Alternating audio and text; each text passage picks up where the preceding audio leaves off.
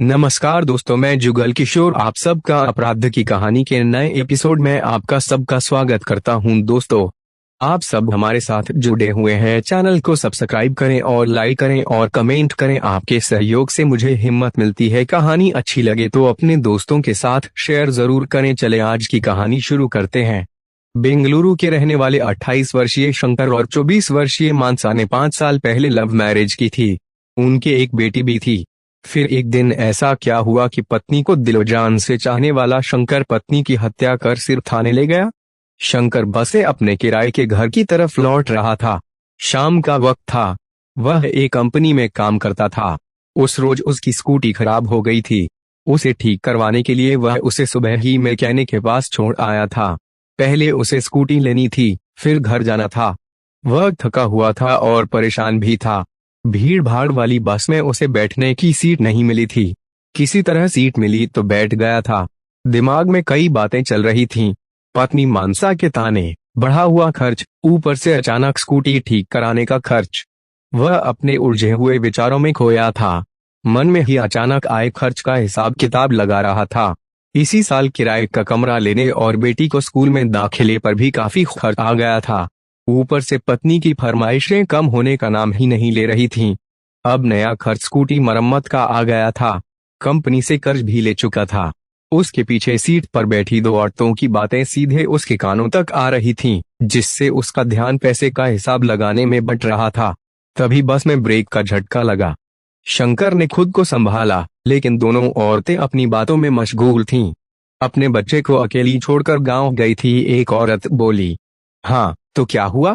मैं अपनी बड़ी बेटी को अच्छी तरह समझा कर गई थी, कहीं इधर उधर मत जाना। जरूरत पड़ने पर आंटी से मदद मांग लेना। दूसरी औरत बोली। कौन आंटी? पहली औरत ने पूछा। अरे वो हम लोगों की उम्र की है। आंटी तो मैंने अपने बच्चों के लिए कहा। नई किराएदार है। पति पत्नी दोनों ही सुबह सुबह काम पर जाते हैं। उसकी भी एक बेटी है। मेरे बच्चों से घुली मिली है। दूसरी औरत समझाती हुई बोली। अरे वह औरत, उसे कई बार मैंने दिन में कमरे पर एक मर्द के साथ देखा है। पहली बार जब वह आया था तब उसने मुझसे ही उस औरत का पता पूछा था। तुम उससे मिल चुकी हो? हाँ, उसी रोज मिली थी पहली बार। पूछने पर उसने बताया था कि वह उसके रिश्ते का भाई है। पहली औरत बोली। अरे नहीं, वह कोई भाई वाई नहीं है, ऐसे ही उसके गांव का है। छोड़ो न, क्या करना उसके बारे में जानकर? क्या करना हमें दूसरों की जिंदगी में झांक कर? दूसरी औरत बोली। मैं तो उसके मर्द को पहचानती भी नहीं हूँ। पहली औरत बोली। मैंने भी उसे कहाँ कभी देखा है।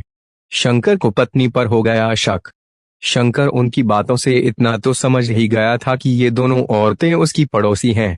वे उसकी और पत्नी मानसा के बारे में ही बातें कर रही हैं। शायद उसे नहीं पहचानती हैं या फिर वे उसकी पीठ पीछे बैठी हैं, इसलिए पहचान न पाई हो। जो भी हो, उनकी बातों से शंकर और भी विचलित हो गया था। यह सुनकर कि उसके पीछे पत्नी से मिलने कोई मर्द भी आता है।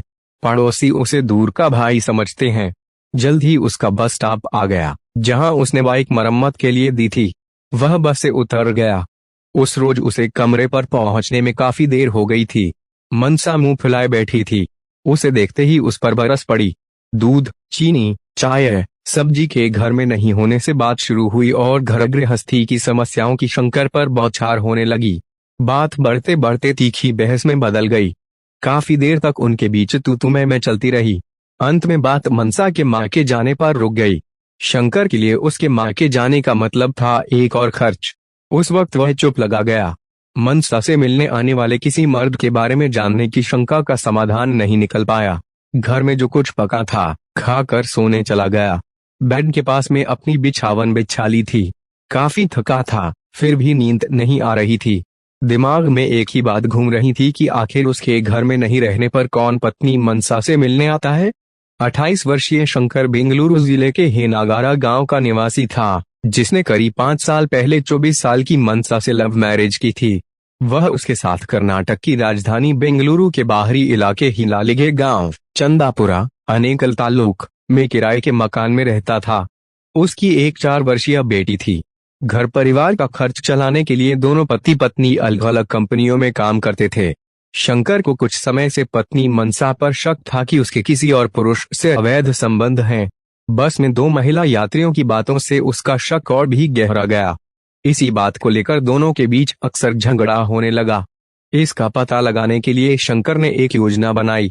वह झूठ बोलकर अपने काम पर चला गया कि रात को घर नहीं लौटेगा, किंतु रात को ही वापस लौट आया। उस रोज तारीख थी 3 जून।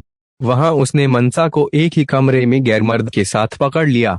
उस वक्त मनसा ने उसे अपने दूर के रिश्तेदार का भाई बताकर उसके साथ के अवैध संबंध को सिरे से इनकार कर दिया। अगले रोज गुस्से में मनसा अपने मायके चली गई, किंतु 2 दिनों के बाद ही 6 जून की दोपहर को वह अपनी बेटी के साथ वापस शंकर के पास लौट आई। शाम को जब शंकर अपनी ड्यूटी से लौटा, तब मनसा को घर पर देखकर चौंक गया। उसने समझा कि मनसा अपनी गलती मान लेगी, किंतु उनके बीच तो फिर बहस होने लगी। मनसा ने अपनी बेटी का हवाला देकर समझौता करने की कोशिश की और उसकी कसम भी खाने लगी। जैसे ही मनसा ने खुद को दूध का दूल्हा साबित करने के लिए अपनी बेटी के सिर पर हाथ रखा, शंकर आग बबूला हो गया। उसने आप न देखा था, तुरंत घर में छिपाकर रखी दरांती निकाल लाया। शंकर के हाथ में दरांती देखकर मनसा सहम गई, लेकिन अगले पल अकड़ती हुई उसके सामने आकर खड़ी हो गई। चीखती हुई बोली, तुम मुझे मार डालोगे क्या? मैं तुम्हारी बीवी हूँ। हमने इसी दिन के लिए अपनी मर्जी से शादी की थी। मैं बेटी की कसम खा रही हूँ, फिर भी मुझ पर शक करते हो। पत्नी की हत्या कर सिर लेकर पहुंचा थाने। यह सुनकर शंकर आपे से बाहर हो गया था। उसने तेजी से दरांती उसकी गर्दन पर चला दी। अगले पल मनसा का धड़ जमीन पर था और उसका सिर दूर जा गिरा था। उसका शक और गुस्सा मनसा पर भारी पड़ा था। कुछ समय तक हाथ में पकड़ी दरांती से टपकते खून को देखता रहा। उस वक्त वहां का माहौल ठीक दक्षिण भारतीय फिल्म के किसी भयावह हिंसक दृश्य की तरह बन गया था। जमीन पर खून ही खून फैला पड़ा था। एक कोने में उसका औंधा पड़ा सिर था। शंकर ने दोनों पर एक नजर डाली। उसने दरांती को एक किनारे फेंका और दूसरे हाथ से सिर के लंबे बालों को पकड़कर कटासिर उठा लिया। उसे एक थैले में रखा, फिर एक झटके में घर से बाहर निकला। उसकी स्कूटी वहीं बाहर खड़ी थी, जिसे लेकर वह चल पड़ा। उसने पत्नी की लाश को घर में ही छोड़ दिया। थोड़ी देर में ही वे सूर्यनगर थाने में था। सिर के थैले को थानेदार के सामने टेबल पर रख दिया और धीमी आवाज में बोला, साहब, मैंने अपनी पत्नी का खून कर दिया है। यह है उसका कटा सिर। उस वक्त रात के 11 बज चुके थे। थाने में मौजूद तमाम पुलिसकर्मी शंकर को आश्चर्य से देखने लगे थे। सभी हैरान थे कि अपनी पत्नी का सिर काटकर वे आत्मसमर्पण करने आया था। उसके चेहरे पर उस वक्त भी आक्रोश की रेखाएं खींची हुई थीं। अफसोस या पश्चाताप नाम की जरा भी झलक नहीं थी। पुलिस अधिकारी ने शंकर के आत्मसमर्पण के आधार पर उसके खिलाफ हत्या का मामला दर्ज कर उसे गिरफ्तार कर लिया। साथ ही मनसा के फैमिली वालों को इसकी सूचना दे दी। अगले दिन 7 जून की सुबह मनसा की मम्मी थाने आई। पुलिस की प्रारंभिक जांच से पता चला है कि शंकर ने इस हत्या की पहले से ही योजना बना ली थी। हत्या से पहले ही उसने पास की एक दुकान से दरांती खरीदी थी।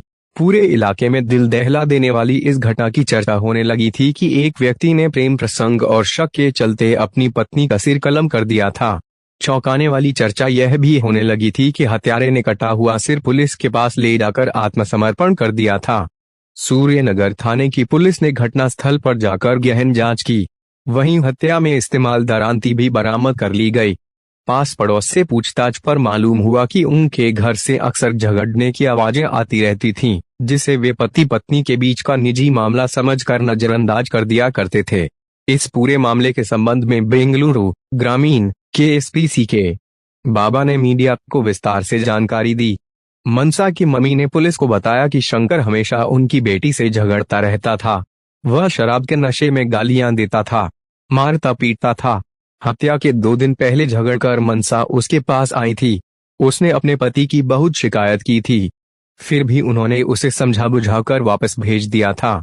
कथा लिखे जाने तक शंकर से पूछताछ करने के बाद जेल भेज दिया था। उसकी बेटी को मनसा की मम्मी अपने साथ ले गई थी। दोस्तों, आपको कहानी अच्छी लगी हो तो चैनल को सब्सक्राइब जरूर करना और लाइक कमेंट भी कर देना। आपका लाइक और शेयर मुझे हिम्मत देता है। कल फिर आपसे मिलेंगे एक और नई कहानी के साथ।